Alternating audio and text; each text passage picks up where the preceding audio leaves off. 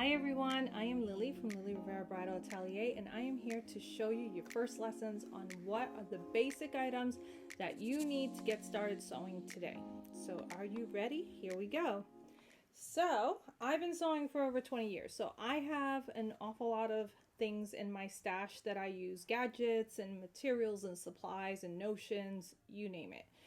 But I want to show you guys today the basics that you absolutely should have to get started. The first thing I would say is make sure you have a working sewing machine, and it can be a very basic machine. You really don't have to get fancy about that, but I am going to show you my machines and what I use, and I have everything here from home machines that are heavy duty to industrial. So I want to show you what I use for my business and what I do, how I started, and also the basic materials that even when I started school, this is the items that I started with. So I wanted to show you guys, as if you're a student coming in for the first time, you've never stitched anything in your life, which that was me at one point. I went to fashion design school and I didn't even know how to sew a button.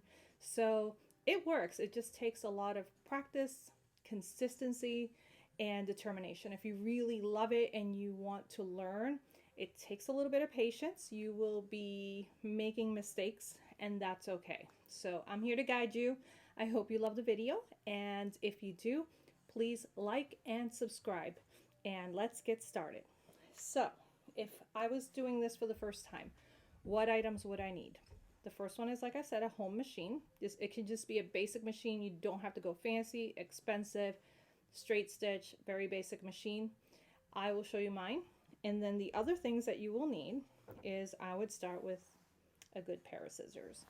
So in my case, I am left-handed. So that comes with a little bit of a challenge because I can't use regular scissors, because if I do, it just hurts my thumb. So if I'm doing a lot of cutting and I have regular scissors, it can get a little painful. So I use this type of scissor. These are Fiskars titanium, and they are ergonomic, and they have a little lock here. And what I do with this is you just basically open the little lock. The scissor opens up and you just cut away. This gives me speed, and it keeps me from hurting this area, which usually hurts if I use a regular pair of scissors, or I'd have to order specialty left-handed scissors, and I don't like them. So this is my preference. I've been using them forever. I highly recommend it. Even if you're not left-handed, they're just really great to work with. And also, very important, these are your fabric cutting scissors. Do not let anyone use them for anything else, and do not use them to cut patterns. If you do, you'll lose the sharpness. It'll get dull very quickly, and you don't want that. So the other thing is needles. You're going to need your supply of needles because you're going to go through them.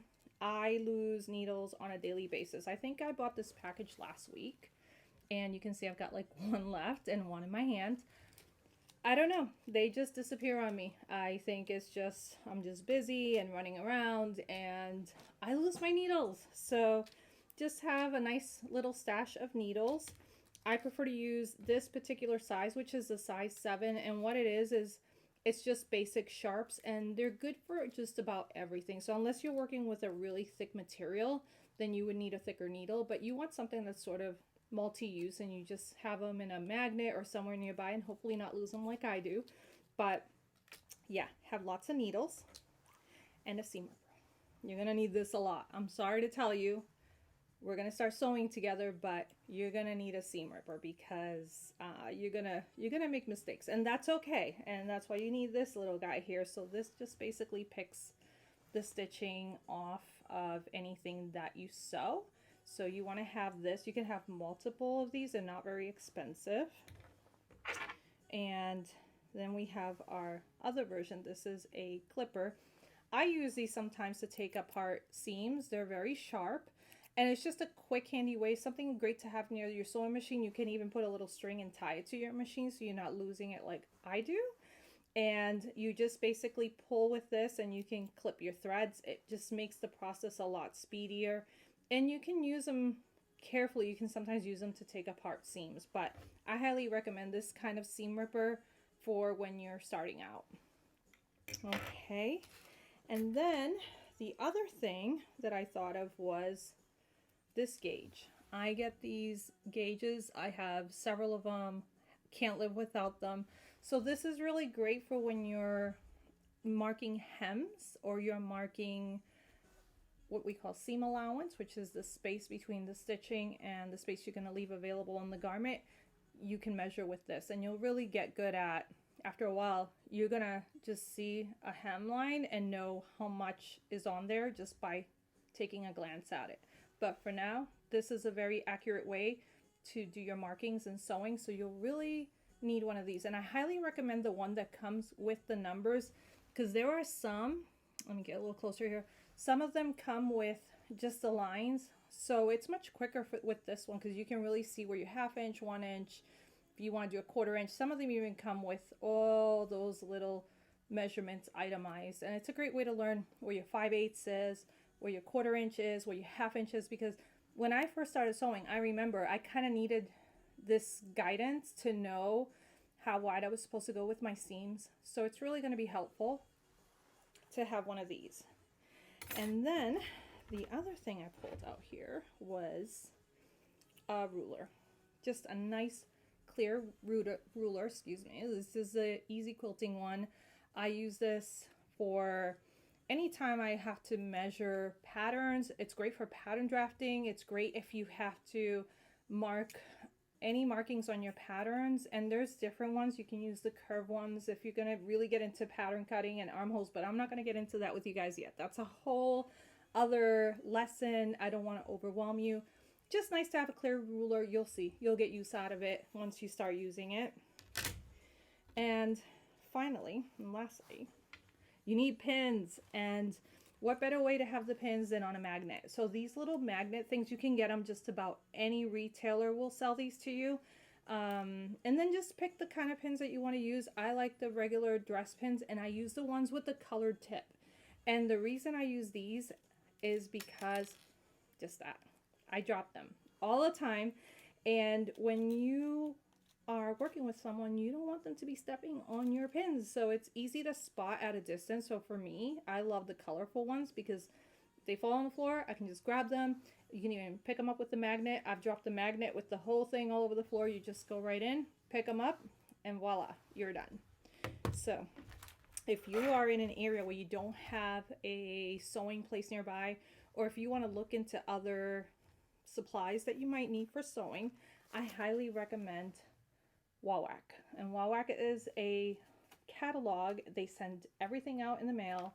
I love it because this company has been around forever. I love how they're old school in a sense, you know, and you just have this good old catalog, and you can just go in and pick all your notions and supplies that you might need.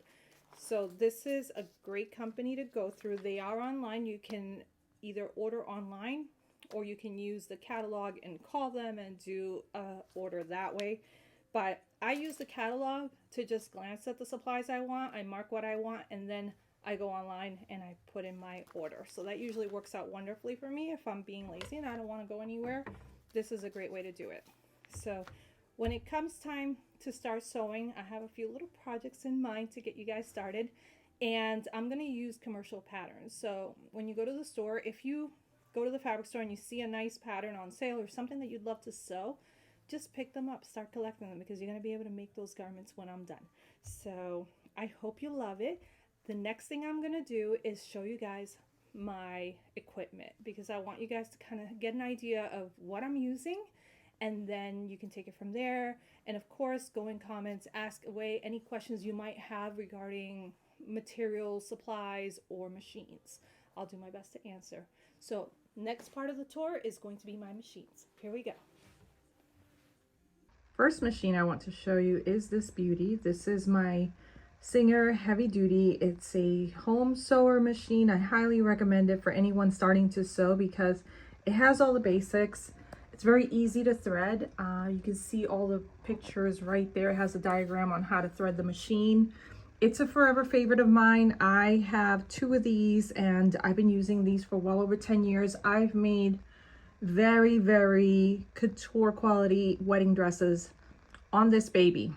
You don't need fancy machinery, and I really want to emphasize that because some people think that they have to go into the computerized ones that have all the things, and I can tell you this basic one is so much easier to learn on. It's got features like the different stitchings, it's got how to make buttonholes. You can even make a blind hem on this machine, which I'll probably show you guys at some point. And yeah, it's a very easy machine to use and to learn with, so I highly recommend it. There's so many on the market, but this is a really nice one. My very first machine was a Brother, which was also really nice. And this is a serger. And what the serger does is it gives your fabric a finishing on the stitching at the end. And this isn't necessary, but it's nice to have. And this one's a little bit more expensive than a regular machine. But again, you can get the home quality one. You don't have to get an industrial one. And it really comes in handy. It gives really nice finishings. The other thing you can get once you get into it, if you're looking to do this as a business, then I highly recommend to have a blind hemmer. This one has a curved needle, as you can see through here. And what it does is it makes an invisible hem. And I highly recommend this if you are, this one's not expensive at all. I actually got this on Amazon. And it's very heavy and it really does the job. And this is something that I kind of struggled with for a little while. I didn't have the budget for one, and boy is it a game changer. So yeah, if you're into looking to do this professionally, then you might want to get one of these. So these are my two sort of alternative, and this one I highly recommend. And now I'm going to walk you over to my favorite, which is my baby here, the industrial. This is a Juki. And the cool thing about the Juki is this one in particular is not the DDL 8700. I did purchase it right on Amazon, and I will put the links below so you guys can refer to it if you're interested in one. And I did the payment plan and I got my machine because I really wanted one. And when I got it, I'm so glad I did. It's such a game changer, especially when you're sewing at the capacity that I am. And so yeah, I would recommend, if you can, get one of these at some point, but just start with a portable. You can start in your home. You can start on a desk. You could start in, you know, a dining room. You don't need a whole lot. And that and an ironing board and you're good to go. And then the last thing that you want to make sure you have, or hopefully you can get as soon as you can, is a dress form. So you can get these online. I think this one is from Dritz. And I love it because you can open and close it and just dial it in for whatever measurements you need. They come in different ranges from small, medium to plus, so you can get whatever size you need to work on. And I actually have two sizes. I have this one, this is a medium, and it goes to pretty small, and then I have a plus size one. So when I have to work with a curvy bride and I need a different form, then that's the one that I use. So I hope that's helped you guys, and that's a wrap for today. If you guys have any questions, don't hesitate to put it down in comments. Let me know how I'm doing, and just stay tuned. I'm going to come in next with a lesson, and I'm trying to figure out what I want to do. So I'm going to let you guys decide, because I'm either going to come in with a basic dress, or I might just go ahead and do a very simple wedding dress, which is not as scary as it sounds. So if somebody's into bridal and wants to learn how to do that, maybe I'll just go ahead and plunge in with that, because that's how I started in fashion design. I went straight into evening gowns. Maybe not the best idea, but you know what? It worked, and it just got that fear factor right out of the way. And the other thing I can do is just a really simple dress or a skirt. So I'd love to hear from you guys what you're interested in learning to sew in this channel, and I want to bring it all to you. So from there, we can also take it into business and branding and all the things that I actually do behind the scenes. And I want to share that with you guys. So I hope you enjoyed, and I will see you next time.